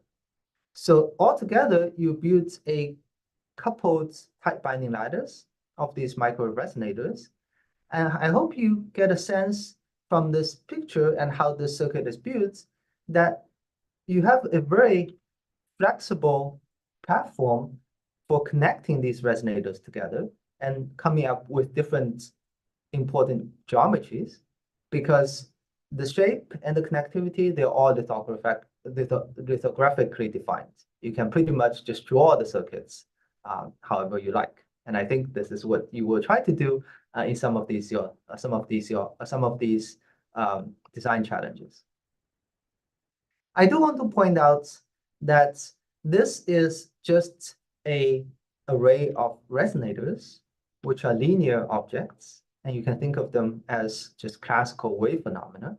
So eventually, to make this an interesting interacting model, you do have to add interactions between these microwave photons, which you can do either by coupling them to superconducting qubits, or as you will see later, just by making arrays out of superconducting qubits directly. This is another example where we can actually use the flexibility of these superconducting circuits, how they are patterned, to build lattices that are not possible otherwise in real space. And in particular, building lattices that live on a curved space. Just very qualitatively, the way to think about the curvature of space is if you have a triangle on a flat surface, which we also refer to as Euclidean surface, then we all know that the 3 inner angles, they add up to 180 degrees. However, if you consider a triangle sitting on the surface of a soccer ball, for example. This is a positively curved space or elliptic space, and it's not hard to convince yourself that the three inner circles, because of how the surface is curved outwards, they actually measure and add up to more than 180 degrees. On the other hand, you can have a negatively curved space, or what we refer to as hyperbolic surface, that sits on a space that's like in the shadow, in the saddle. And here, if you measure the three inner angles, you will see that the three angles actually add up to less than 180 degrees. Now, these are more than just mathematical curiosities. They have many physical significance. For example, a hyperbolic space actually represents the space in a expanding universe. And here we're showing you an example of a work from a few years ago where where physicists, not my group, but physicists have built this lattice of coupled microwave resonators that simulates a hyperbolic surface. And again, once we have built such a device, we can use it as a quantum simulator to help us understand the physics that happens, for example, in the expanding universe. Let me now give you another example from one of my own earlier work when I was a postdoc, where we tried to build a lattice where the microwave photons experience effective magnetic fields. And the effective magnetic fields, what does it do? So think of electrons moving in a magnetic field that's in, for example, a 2D space, okay? So you might remember that electrons in the magnetic fields will undergo cyclotron motion. And what happens in addition is if you have a finite system that has an edge on the two sides, these cyclotron orbits will be intercepted at the edge, but they have a particular direction. As a result, the electrons will continue on this edge along these skipping orbits. This is essentially the physics of quantum Hall effects. And if we want to simulate quantum Hall effects using these microwave photons, the microwave photons don't really feel the real magnetic fields because photons are not charged particles. So how can we build a lattice or a system that has an effective magnetic field to study such types of physics? Now, it turns out if you're considering particles moving on a lattice, similar to the examples I gave you previously, then to simulate this effective field, all you need to do is to make sure that when particles move around a placket of a lattice, it picks up a non-reciprocal phase. This is the so-called Pearl's phase when you undergo cyclotron motion. So if you can build a lattice, and when particles move around and pick up a phase, you will simulate an effective magnetic field. There are different ways to build or engineer this Pearl's phase. And one way is to use the on-site structure of these lattice sites, which I will show you are microwave cavities, in a way such that they have some built-in phase winding. Another example, or another way to engineer this, is by engineering a controllable phase when a photon tunnels from one lattice site to the next. Let me start with the first way to engineer this. And imagine you can have these lattice sites, which are, I will show you in the next slide, microwave resonators. If you can make it such that some of the microwave photons have a uniform phase that looks like an S-type mode, and some of the microwave photons have a P-like mode, which has a phase winding of 360 degrees. Then you can convince yourself that if a photon starts here and moves around in this one placket, it doesn't pick up any geometrical phase in these flat S-like modes, but it picks up a quarter of this mode here that has 360-degree winding. So you end up with picking up a 90-degree phase whenever a photon moves around one placket. And this turns out to correspond to a Hofstadter lattice with a quarter flux. And this is capturing the essential physics of quantum Hall effect. Okay, without diving into too much technical details, I want to show you how this lattice actually looks like. So these are actually microwave resonators made out of a bulk piece of metal. So it's really just a hole in the metal, in this case, aluminum. And you can see these 4 microwave cavities realize this one placket of the lattice. Each lattice site is about 1 or 2 centimeters across, giving us frequencies in the, let's say 5 to 10 gigahertz range that we like to work with in superconducting circuit experiments. You can build a much lattice in the same way just by tiling these different lattice sites. And what we have is full tunable on-site interaction and tunneling. And we can also perform site and time resolved readouts of the microwave photons that are moving in this lattice. And this is really the power of quantum simulators, because in a real piece of materials, you won't be able to track the motion of individual electrons, or to change, for example, the energy that you see at individual lattice sites. Okay, so this is how we probe this lattice. As I mentioned, you can probe the number of microwave photons where they are on each lattice site by simply putting a little antenna on top of it. Let me, in the interest of time, just briefly describe what's happening on the right. And I want to really have you just focus on the qualitative movie that I will show you on the left. So on the right-hand side, we are probing the transmission or the spectrum of this lattice. And the spectrum of the lattice tells you what are the possible energies that the microwave photons can live in. And that is also referred to as the band structure, which tells you a lot about the underlying physics. So here, for example, in this left-hand side plot, we're plotting the frequency at which we see some transmission through this lattice for 2 cases. One is in the bulk. So this purple curve is what happens if I measure in the middle of this lattice, where can the photon energies be? So you can see there are these bands where you have available states for the photon to be in. You can also see that there are some frequency ranges over here and here, where in the middle of the lattice, the photons just cannot live at those energies. However, if you now probe this lattice on the edge, okay, which is this yellow curve, you can see that where the bulk is insulating and doesn't have any available states, you can have states that are occupied on the edge. Turns out these are exactly the skipping orbits that I described to you earlier, which are these topologically protected edge states that can only flow on the edge of this lattice.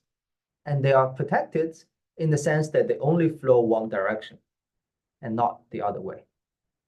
On the left-hand side, I'm going to now show you a movie of what we measured in the real experiments.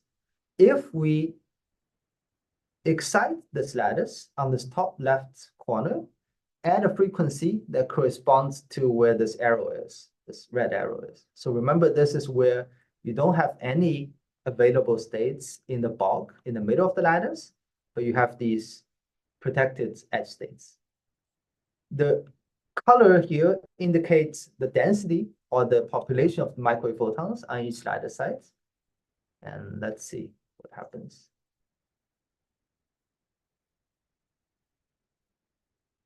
Okay, so you can see now as a function of time, this excitation, you can see it's only traveling along the edge, and it's only traveling in a particular direction. Sorry to interrupt, but I'm not sure about we are seeing the right screen. We are seeing still the presentation. So do you see my cursor moving? Yeah, we see, but it is moving on the observing protected edge states. Correct. So let me, Okay. it's a little subtle. So I think we are on the right slides. So let me hide this and let me just play this one more time. So it's this left ladder structure. And what you're looking at is you're trying to look at the colors changing on this slide. So let me go back to just the regular pointer. Okay. So you can see right now, this red excitation is only in this corner where my cursor is. Yes, And now it's correct. can you see where my cursor is? Yeah. Okay. So now this is playing. So you can see this excitation is now moving along the edge in a particular direction and only along the edge. Okay. So now this is basically visualizing in a real experiment the protected edge states in a quantum Hall physics system, now using microwave photons. I mentioned earlier that so far this lattice is just an array of linear resonators or linear cavities. So all of this can be described by classical wave phenomena. So really, to go to the interesting quantum regime, you need to add interactions between the microwave photons.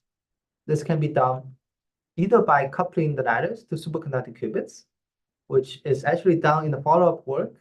This is now done in the groups of Dave Schuster and John Simon at UChicago at the time, where you can now have interacting edge states that are on the edge of the sample. Or I just want to quickly flash these two examples here, and I will dive into kind of similar physics later, which is instead of using these microwave resonator arrays, you can just directly use superconducting qubit arrays to build lattice where the photons are already interacting because of the nonlinearity of the qubits. And you can have different ways of engineering the same phase winding, for example, by having a controlled phase when the photon moves from one qubit to another. Two very recent examples, both realizing such a lattice. And now for these interacting photons, you move from the more classical quantum Hall physics to the much more exotic and much more difficult problem of fractional quantum Hall physics. Again, I'm just quickly showing them because these devices or these pictures might give you some ideas as you go along with the design challenge later on.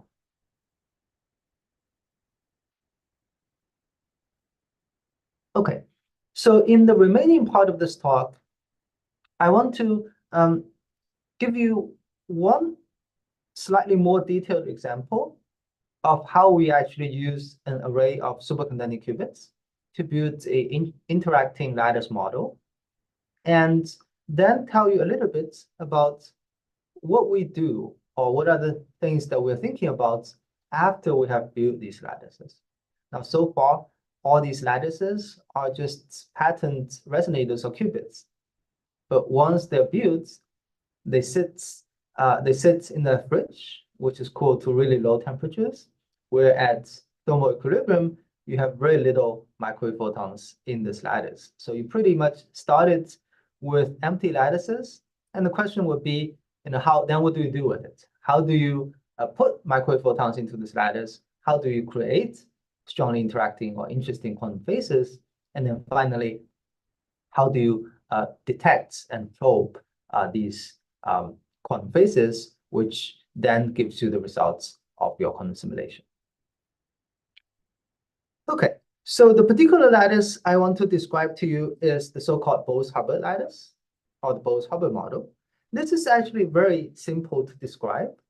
It is describing particles moving in a periodic potential, and there are only really two physical processes, and two terms in this Hamiltonian. One is a particle on one side can move onto its neighbor at a rate of j, which we call the tunneling. The second term is that whenever you have two particles on the same lattice site, there is a interaction of U, meaning there will be additional energy of size U. Of course, you can also imagine that each lattice site could have some local offsetting energy. This can be used to describe, for example, different boundary conditions or different lattice disorder. We are focused on the Bose-Hubbard model because microwave photons are bosons, but there is also a Fermi-Hubbard model, which actually is believed to capture the essential physics of high TC superconductivity, and we still don't have concrete answers because, again, it's a quantum mechanical model that's extremely difficult to solve. In the case of this Bose-Hubbard model, there are two different phases that this model can be in. One is a metallic, you can think of this as a metallic phase. So it's called a superfluid. So this is where the tunneling J dominates over the interaction. So in this case, the particles prefer to be delocalized over the whole lattice. And this material or this lattice now acts like a conductor. If you tilt it, the particles would like to move around in this lattice. On the other hand, if the on-site interaction U dominates over the tunneling, what you get is an insulating phase as the ground state of this quantum mechanical model. This is referred to as the Mott insulator, where you actually have particles that are just stuck to each lattice site with a specific number of particles per site. And in this case, if you tilt it, the particles are nothing, the particles will not move, just like how you would see in the insulator when you apply a small voltage. Okay, so we're going to focus on this particular regime of the insulating model, but actually, as I will show you, we can actually drive the system into each of these two phases.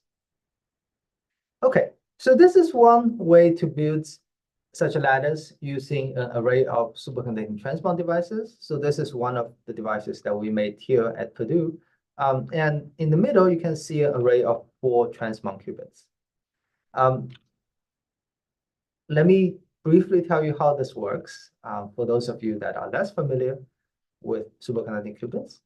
So each of this cross-shaped object is a superconducting qubit. And really, the way to think about this transmon qubit is that it's nothing but a nonlinear LC resonator with a resonance frequency that's in the microwave domain. The cross in the middle you see is a capacitor to ground, right? So LC resonator is one capacitor, one inductor. So that's the capacitor. And at the very bottom of it is what we call a square loop, which consists of 2 Josephson junctions. Each Josephson junction is made of 2 pieces of superconducting thin films sandwiched in between by a very thin layer of oxides or insulator. In our case, these Josephson junctions are made with aluminum superconductors where the insulating gap is amorphous aluminum oxide. So what this Josephson junction does for the purpose of this talk, or for the purpose of understanding these transmon devices, is that they provide a nonlinear inductor. Okay, so LC resonator is a capacitor and an inductor, but now the inductor is nonlinear. What do I mean by nonlinear? Well, we saw in the previous talk and in many of your questions that if you just have a linear LC resonator or a linear microwave cavity, the photons that you put into the cavity would all have the same frequency. However, when you have this nonlinear inductor, if the first photon that you put in, for example, is at 5 gigahertz, the second photon you put in will be at a very different energy, for example, 4.7. And this difference in energy between the first and the second photon comes from the nonlinearity of the Josephson junction. And you can think of this difference, in this case of 300 megahertz, as an effective interaction between the microwave photons, right? If the microwave photons are not interacting, they would not care about each other's frequency. But now the second photon will have to pay a difference in energy corresponding to 300 megahertz. The squid loop, where we use two junctions instead of just one, allows us to send a small current next to it and change the effective inductance of this LC resonator. And if you recall from electronics, when you change the inductance, you change the resonance frequency of this resonator, which is the qubit frequency. So by changing a small current, by sending a small current near this qubit, you can now change this effective on-site energy. And finally, to go from a single qubit to an array of qubits to build these ladders, all we need is to have the neighbors capacitively coupled with a small geometric capacitance. And you can change the coupling here, in this case, just by changing this capacitance. And this gives you a fixed tunnel rate that we can engineer to what we like. Of course, you will also see in many other devices that there are many ways to make this coupler tunable so that you can change this tunnel coupling dynamically during your quantum simulation or during quantum computing. The rest of this device consists of flux control lines near the bottom. These are the lines that as I described, that we use to send a small current near the squid loops to change the on-site frequencies. We have individual coplanar waveguide resonators that are coupled to the qubit arrays. They serve as readout resonators, such that we can use this common transmission line on top to read out the states of each qubit. And the readouts we use is the so-called dispersive readouts, which means that the readout resonators, they are far detuned in energy from the qubits or the ladders, such that during the quantum simulation, the readout resonators, when they're empty, they don't affect the dynamics that's happening in the ladders. But when we read out, by sending microwave photons into the readout resonators, the frequency of the readout resonators depends on the state of the qubits. Whether you have 1, 2, or maybe 0 photons on each ladder site, we can read out by looking at the shift in the frequency when we interrogate these resonators. I'm going to skip most of these numbers. These are just here to showcase that indeed we can build these lattices that are very coherent, where the photons can move many, many times in these lattices before they're lost to the environment, and they can interact very strongly. Okay. Here, I'm just, again, posting a few other groups' devices to show you that this Bose-Hubbard type lattice is a very natural, native way to describe these transmon qubit arrays, and therefore they have been used in various different scenarios for quantum simulation of interesting many-body physics. And again, these are perhaps good examples for you to think about as you design your own devices. Okay, so the last maybe 6 or 7 minutes, I want to describe to you one experiment where we think of new ways to probe these lattices. Right? As I mentioned, so far I've only talked about how to build such a lattice, but the lattices started empty. How can you put photons into the lattice, create entangled or strongly correlated phases, and then how do you interrogate or how do you read out the interesting physics? And for this, let me give you another quick motivation, thinking about in real materials, in condensed matter physics, how do we measure the sample, or how do we measure a material? Imagine you have a piece of superconductor. How do we get to that superconducting phase is really quite simple.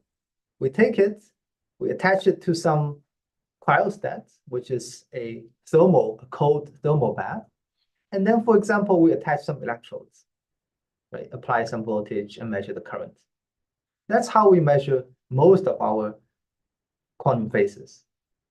But how does that quantum phase, how is that quantum phase established in the first place? And when you attach them to these electrodes, what actually happens to the electrons in these materials is something that we don't have direct access to. And those are the types of information or insights that we hope to get when we build our quantum simulators and when we have the tunability and the probes to be able to probe the microscopic dynamics.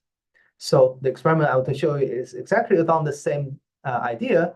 If we have our superconducting circuit lattice, can we build or can we engineer a source and a drain of particles, just like we have electrodes in a real material or condensed matter physics, and then try to probe and measure the current of particles moving in this lattice? And in the end, can these experiments give us new insights? And can they allow us to make connections to materials that we have in nature and in understanding how they behave and how they can be used for future quantum technologies? Okay, so to summarize here, the motivation is to build these engineered baths, the source and the drain, to induce and probe strongly interacting quantum phases, and also to create and control, for example, entanglement. Okay, this slide has a little bit more technical details, so bear with me. We want to find a way to introduce these particle baths, and we are going to use the readout resonators that we already have on our device. Remember, our transmon qubits is coupled to one readout resonator, each of them, and then that readout resonator is coupled to this transmission line, which has through a line width of kappa, which we use to read out the qubit. Okay, so this kappa is the source of dissipation that we have on chip, but we normally don't use it to control the behavior of the particles. We only use it for readout. Now what do? Is we actually intentionally couple the qubits to this lossy channel, this kappa here. And we do that by modulating the frequency of the transmon using our flux modulation line. Okay, so we can modulate the qubit frequency in two different ways. In the first way, we can modulate the qubit frequency at the difference between the frequency of the resonator and the frequency of the qubit. This puts sidebands on the transmon qubits such that sometimes the photons in the lattice lives at the frequency of the resonator. And in those cases, the photon will now see this kappa loss and be lost to the environment. Okay, so the effective model is now that there is a lattice site where photons can be, and with some effective coupling rates, the photons can leave the system and this behave now as a particle drain. Okay, it's a drain that only takes out particles. In this data, you can see if we initialize with one photon on a particular lattice site, after we turn on this modulation and turn on this coupling, this photon is quickly lost through the readout resonator to the environment, and the system becomes empty. There is another way we can do this modulation, which is now modulate the qubit frequency at the sum of the resonator frequency and the qubit frequency. In this case, this modulation is a two-photon coherent drive that puts one particle into the lattice and one particle into the resonator. But because the resonator is lossy, that photon in the resonator is just lost. So you're left with only one particle being added incoherently to the lattice. So this realizes now a particle source where we have a tunable way to add particles one directionally, unidirectionally into the lattice. Skipping through some technical details, I just want to mention that these particle baths, the source and drain, they're highly tunable. You can change how strongly they're coupled to the lattice. You can change their effective frequency. And you can do all of that just by changing the parameters that you use to do the modulation. And this is really the flexibility that we have in these quantum simulators. Okay, let me skip these numbers. And now we are left with this system that we have engineered, right? So we have a lattice we have ways to engineer a particle source and a particle drain. And what we want to do is we want to look at the current. Okay. So in the interest of time, let me skip this slides, and you can look up our experiments later that I have a reference in the next slides. But essentially, we came up with a new way to measure currents in the lattice by mapping, let me show you, by mapping the currents flowing between two lattice sites to the density in the lattice. Because we want to probe currents in the presence of these particle source and drain. And if you have a steady state current, you will not be able to see the currents just by looking at the density. Okay. Okay, with that, this is the final piece of experiment I want to show you. So we have now the system where we have a small lattice in the middle where the particles can move and interact. We have a particle source and a drain attached to two ends. And what I skipped on the previous slide is we have a way to measure the currents that's flowing in this lattice. So here, what we're doing is we're going to measure the steady state currents flowing in this lattice as a function of the energy of the particle source and drain. Okay, so the particle and source in this case are moving together at the same energy with respect to the lattice, which is plotted on the horizontal axis. And the vertical axis is the currents that we measure. We're also going to do two experiments. One is this experiment where the source and drain are coupled quite weakly to the lattice, this blue. And then another experiment where the lattice is coupled stronger to the particle source and drain. You can see when the lattice is coupled weakly to the source and drain, you see there are about 4 different distinct energies at which you see a current. Turns out these 4 peaks correspond to the 4 single particle wave functions that we have in this 4-side lattice. So what you're seeing is a discrete conduction channel through this quantum mechanical 1D system. Now, what's more interesting is that if you go to higher couplings between the lattice and the source and drain, you see the same 4 locations where you still see 4 peaks in current, which are the discrete conduction channels. But in addition, you have these new peaks that appear that seems to be in between some of these single particle peaks.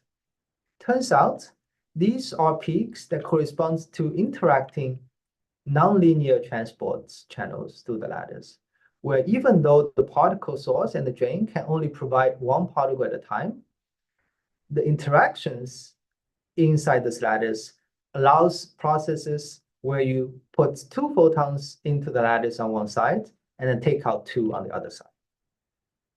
We can also look at the dynamics of this current. So this is really the same experiment, for example, probing the current at this particular energy. And you can see as a function of time on the horizontal axis, initially there are no currents, but after you turn on the source and drain, you start to develop some oscillations and then the steady state current. And then at this t equals to 2 microseconds, we actually turn it off.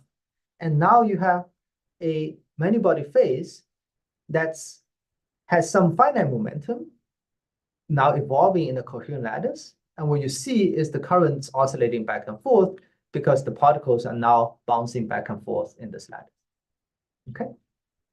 All right. So in the interest of time, let me skip one more slide and goes to the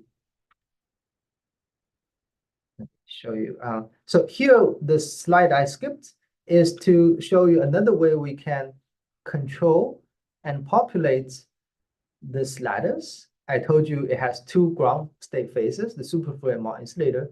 So we can have a way to controllably prepare these different phases and also use our current measuring scheme to measure the fluctuations in currents, which is again something that you can do in our quantum simulator and then allows you to compare those 2 experiments that you can perform on real quantum materials. Okay, so as a summary, I hope I convinced you that superconducting circuits is a flexible and hopefully powerful way to build these analog quantum simulators. We can engineer many different ways, how different lattice models and how the particles can interact. And we're also trying to develop new methods to control and probe the physics that results from these quantum simulators. And I just want to end with this kind of challenge, which is how do we scale to larger and more complex systems to eventually be able to solve classically intractable problems? And I'm bringing up this first example I told you, which is a device that was made more than a decade ago, right, of this Kagome lattice. Now, this experiment has never actually been performed in the quantum regime, and now with our new understanding or new engineering capabilities, we might be at a stage where we can actually build this lattice with interacting qubits, and also, for example, use our source and drain to probe the quantum phases that are in the system. With that, I'd like to thank you for your attention, and I just want to show you the group and the people that are behind some of the work that I showed you here at Purdue. Thank you. Great. Thanks for this great lecture, Professor Alex. So if you wish, we can continue with questions. Of course. There's a question from Prayas, and it asks, can you explain more about the relevance of Kagome lattice in resonators? Yes. So in the interest of time, let me just briefly point out to you what is interesting. And of course, you can look at these systems later yourself. So maybe one thing you noticed is this picture here on the, you can see my slide, yes? This here is the Kagome lattice. But this here, when you just look at how these resonators are patterned, they don't look like a Kagome lattice, right? They in fact look more like a honeycomb lattice, which are, hexagonal, okay? So the trick here is you have to think about what is actually the lattice size, right? So each microwave resonator is an extended object, but that's actually one lattice size. So in the lattice picture, each resonator is 1 point. And if you think about how these resonators are connected, you can see each resonator is connected to neighbors on both ends. And on each end, you're connected to two more lattice sites, two more resonators. You can see that's how it connects to this Kagome lattice, right? So each lattice site is connected actually to 4 neighbors. So there is this mapping between what you draw with resonators to what the actual lattice geometry is. And for that, I really encourage you to take a look at this particular paper here, right? As I mentioned, this hyperbolic lattice is really making use of this flexibility in how you route the resonators to build these more exotic lattice structures. Thanks for the answer. Another question from Said is that, are there books with more complex examples of lattice? I see that some patterns could follow the shape of objects in nature, such as disk florets or etc. So I didn't quite, I get part of the question. I think Said asked just, are there books with more complex examples of lattice? Okay. As I said, mentioned many of these examples I showed you, the lattices, we actually have not yet find a way to control and study them, because even at the level of 10 to 20 lattice sites with these more exotic geometries, we just don't know how they behave, either in nature or in these simulators. Now, of course, there are certainly other ways to build even more exotic geometries. For example, I think maybe what you're asking is, can you build a lattice, for example, on a sphere, right? With weird boundary conditions. You can certainly think of that. And for example, periodic boundary conditions is something that theorists love a lot, right? They can do weird manipulations of quantum states using periodic boundary conditions. But in most real materials or real systems, that's very hard to do. But here you can imagine actually tiling these devices on actually a block, on the sphere, on the cube, and have real periodic boundary conditions. Another example is, for example, what Professor Steve Gervin also mentioned earlier, right? You can think of making long-range couplings in these systems because you can route the resonators in different ways so that you can couple qubits that are further away physically. Thanks for the answer. Another question is that what are the applications of preparing these non-equilibrium quantum transport channels? Yes. So the way I think about this is there are different types of questions people want to answer in, for example, quantum materials or these quantum devices.